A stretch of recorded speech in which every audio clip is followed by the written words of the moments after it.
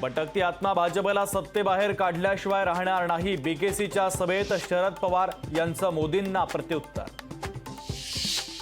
विकसित भारत करूनच देश जनतेकडे सोपवणार. 2047 पर्यंत विकसित देशाचं मोदींनी दाखवलं स्वप्न.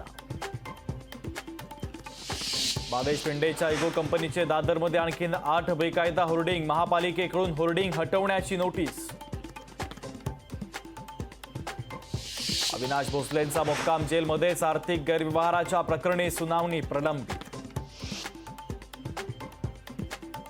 मिहिर कोटेचा यांच्या कार्यालयातून मतदारांना पैसे वाटल्याचा आरोप. कार्यालयातून पैसे वाटल्याचा शिवसेना उद्धव बाळासाहेब ठाकरे पक्षाच्या कार्यकर्त्यांचा आरोप. दरवर्षी मुंबईला 3 वर्ष पुरेल एवढ्या पाण्याची वाफ तर राज्यातील धरणांतून दरवर्षी 165 टीएमसी पाण्याचं बाष्पीभवन. राजस्थान आणि महाराष्ट्रात बाष्पीभवनाचा वेग सर्वाधिक. विदर्भासाठी आजपासून पुढील 2 दिवस पावसाचा येलो अलर्ट जारी तर वादळी वारं आणि गारपिटीसह पावसाचा अंदाज. मराठीला अभिजात भाषेचा दर्जा आणि सैन्य घुसवून ओवेसींसारख्यांचे अड्डे उद्ध्वस्त करा. राज ठाकरेंच्या मोदींकडे बेधडक मागण्या. गांधी कुटुंब नसतं तर देश 5 दशकं पुढे असता. काँग्रेसनं देशाचं 5 दशकं नुकसान केलं.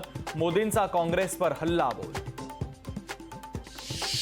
4 जून नंतर मोदी पंतप्रधान राहणार नाहीत. हुकुमशहाला गाडून टाका. उद्धव ठाकरेंचं मुंबईकरांना आवाहन.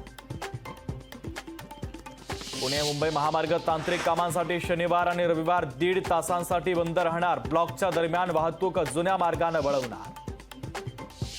हरियाणामध्ये मोदींना हटवल्याशिवाय हा भटकता आत्मा स्वस्थ बसणार नाही. बीकेसीच्या इंडिया आघाडीच्या सभेतून शरद पवारांचा मोदींना चोख प्रत्युत्तर.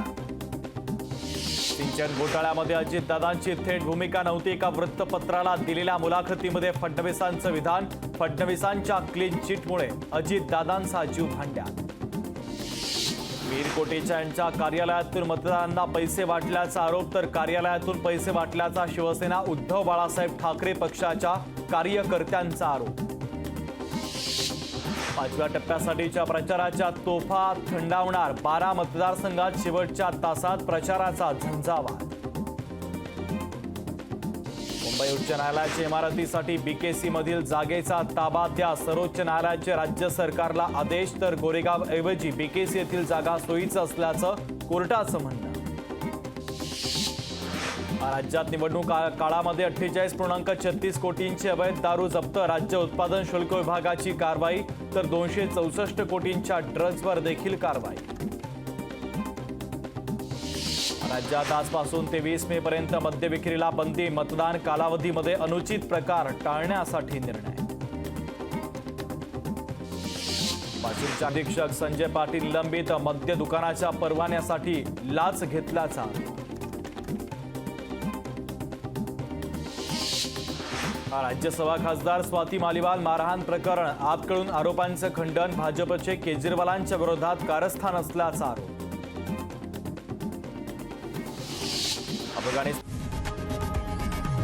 लोकशाही मराठी ऐका, पहा, जागरूक रहा.